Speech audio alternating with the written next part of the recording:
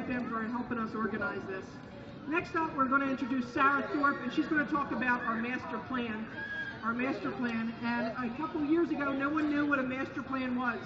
Everyone had ideas, everyone knew what they wanted on the river, we knew what we wanted on our river, but it all starts with a master plan.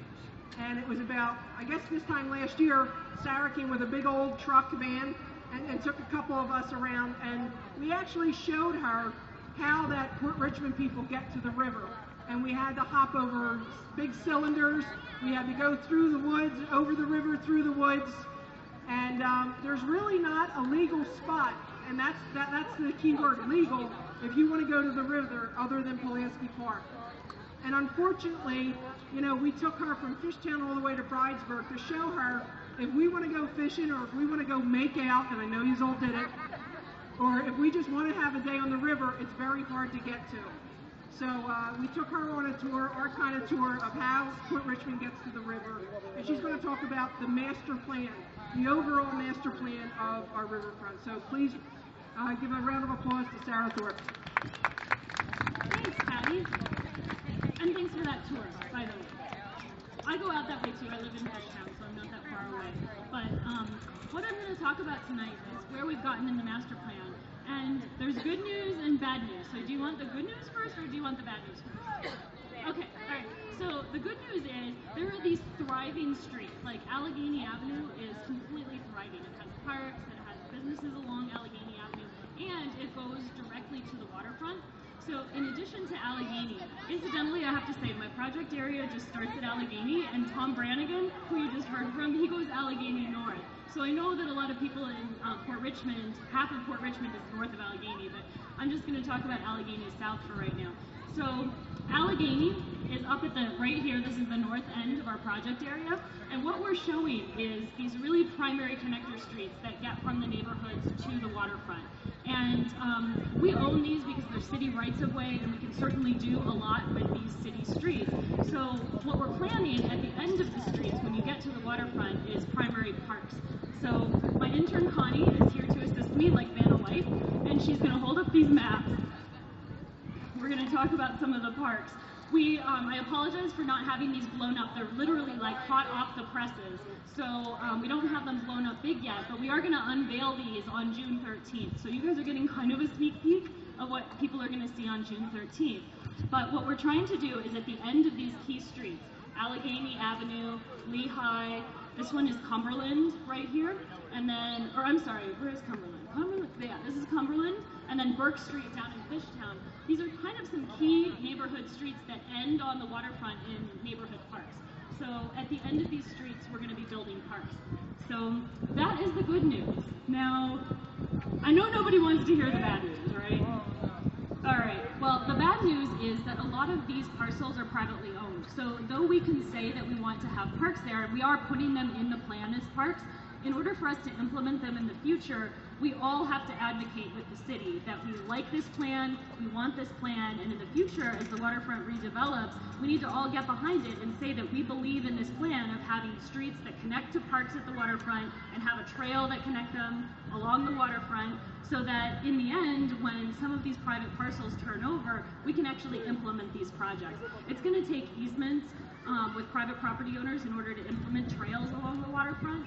So we need, if you guys believe in the plan, we need you to come out on June 13th, because we're going to have the mayor there, we're going to have a lot of press there, and so if they see that people support what we're doing, then it makes it much easier for people like the mayor and the city planning commission to actually implement these projects and get them done. So it's sort of bad news, but it's actually good news, because you can make a difference. If you come out and you show your support for the project, then in the end, hopefully we're going to have a lot of people behind it, and we'll be able to implement them faster. Now, also part of the bad news is that things take forever, and I mean, I've lived here, I've only lived in Philly for 8 years. I have to admit, I didn't grow up here, but I love it, and I love this city, and I'm deeply attached to it, and I want to see things happen. And I hope that in 10 years, things are going to be a lot different. I hope that in 20 years, things are going to be really, really, really different. But it's going to take all of us starting right now so that things 20 years from now can change. So it seems kind of boring to have to come out to public meetings, but that's actually what I'm asking you to do, is come out on June 13th and show the mayor that you believe in this plan and we can all implement it together. right? Where? And I think that's all I have. I mean, we have parks and trails, we have more information. Oh, I'm sorry. The meeting is at Festival Pier. It's at the end of Spring Garden Street. We operate Festival Pier, which you've probably all gone to concerts at Festival Pier. We have a big inside pavilion. It's a big tent, and it's all covered in air conditioning. So inside Festival Pier, we're going to do this meeting at 6:30 p.m. It's on a Monday night, 6:30 to 8:30. We have free parking, or you can take the L and you can get off at Spring Garden and just walk a couple of blocks down there. But the parking is in our free lot, so you just pull in right at the end of Spring Garden, and anyone can park there. Anything else? Thanks, Patty.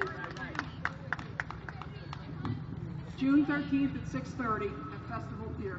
All right. Also, as you see, we have a lot of tables here. We also have Philly's finest, and you know they don't need to be applauded, but let's give a round of applause to our 24th District Police that are out here.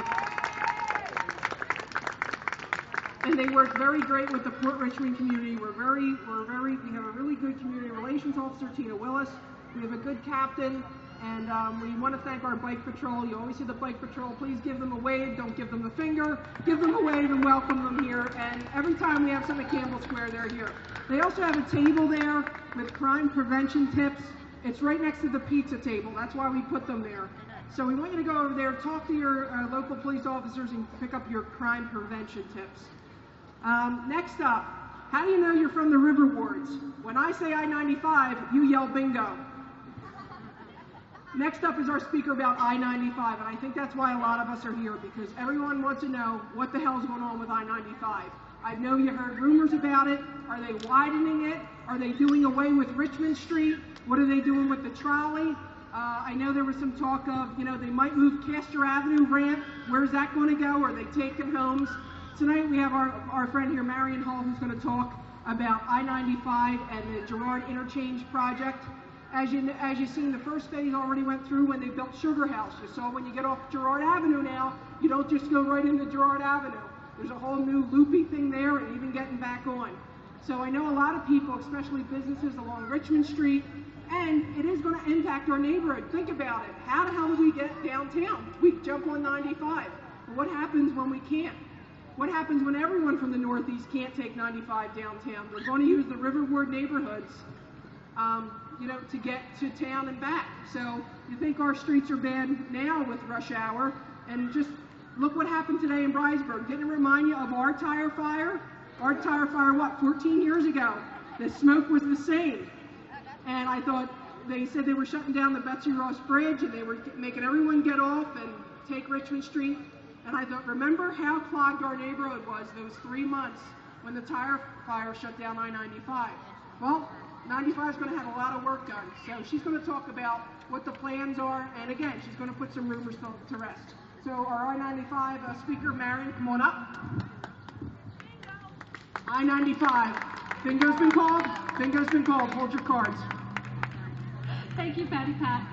My name is Marion Hull, and I work for a company called URS Corporation, and we're under contract to PennDOT to actually design the improvements to I-95.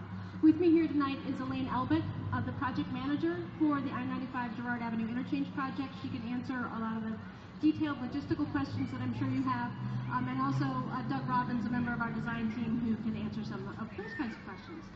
So I just want to sort of give you an overview of the project, where we are right now, and some of the really interesting things we've been doing to integrate some of the master plan recommendations and other community plan recommendations that have come out of neighborhoods and all kinds of organizations along the waterfront into this project. And I want to mention some important meetings having to do with sound walls that are coming up for the project as well. This is a ginormous project here. You've seen some construction already in the interchange itself. The next phase of the project, you're going to start seeing construction on Richmond Street starting this fall. So that starts this fall. A year from now, we're going to start rebuilding the highway itself between Frankfurt and Palmer, and that'll be the first piece of work that you see that's actually on the highway. 2 years from now, we'll start rebuilding the northbound lanes of the highway between Palmer and Ann. And 2 years after that, 2015, we'll start construction on the highway between Palmer and Ann in the southbound direction and finishing all of those ramps. last but definitely not least, south of, although furthest from where we are right now, south of Frankfurt down to Race, construction on that section will start in 2017. So we've been really involved, like I said, working on integrating things that are going on in the neighborhoods and on the waterfront into the design of this giant highway here. And we've been working with a group called the Girard Avenue Interchange Sustainable Action Committee, which includes ProPac, New Kensington CDC, Fishtown Action, Fishtown Neighbors. Everybody up and down the waterfront is advising us on what their projects are and how we can integrate them into this highway to make it a better place to be around. And basically what people have been telling us is enhance waterfront access, keep it green, create opportunities for human-scaled experiences, sometimes a challenging thing to do on a highway, and make sure it's relevant to the neighborhoods. And if you come over and look at the displays we have over here, if you haven't had a chance yet, we've got some results from that project in terms of what's happening on the reconstruction of Richmond Street. That's going to include new bike lanes that are going to be painted green to kind of accent them. It's going to include pedestrian scaled lighting. And it's going to include reconstruction of that Conrail wall and creating some interesting textures and things that are relevant for the waterfront, as well as planting street trees along that area. The Richmond facilities there, in addition to the wall, the Conrail bridges are going to be rebuilt. The road under it will be lowered so that you can actually get under the bridge even if you're in a large truck. And the bridge is going to be broken up, so you'll be able to get a lot more light under there. So those are designs that are completed for the Richmond Street and Conrail improvements that are going to start being built this fall. So that is out to bid right now and will be constructed starting in fall. Looking forward, we're looking at issues like, what are we going to do with the highway underpasses? Where the highway is built on a structure, what kinds of public uses, park, recreational uses can we have under the highway? How do we make the pedestrian connections between the neighborhoods and the waterfront better? And so those are really what we're focusing on right now. And earlier this month, we had a couple of design workshops that probably some of you were at, talking about what's important there. And these displays over here summarize some of those things. In that the underpasses, again, should reflect neighborhood character and some of the key connections that Sarah was talking about to the waterfront. Places like Columbia Avenue should have special treatments to them to recognize their importance to the community. And so we've got some proposals for what those improvements might look like at the table over here, including making sure that the sidewalks and the walls in the underpasses are well lit so that you can see what's going on in there as you're entering it, as well as some other kinds of graphic improvements to make the area more attractive. The area between Frankfurt and Columbia is the only part of the highway that is built on fill, and it will be reconstructed on fill too. And what that means is that on each side of the highway you're going to have underpasses, and then between the underpasses you're going to have walls and embankments. So we've been working with folks in the community to figure out how should those be landscaped, how should those be screened from view. And we've got some of the ideas for that at our table as well. Let's see.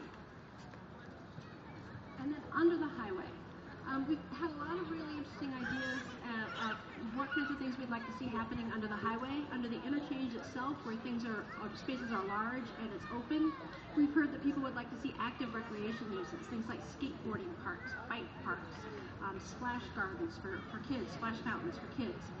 All really interesting ideas and all things that we can lay the groundwork for in rebuilding the highway.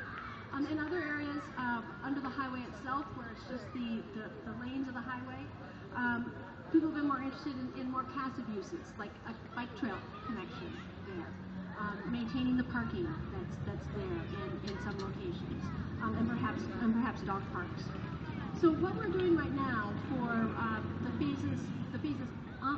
the construction phases that are actually on the highway is we're taking the feedback we've gotten from people over the last year or so, and we're trying to integrate those into the highway designs, like we did on Richmond Street and like we did for the Conrail facilities.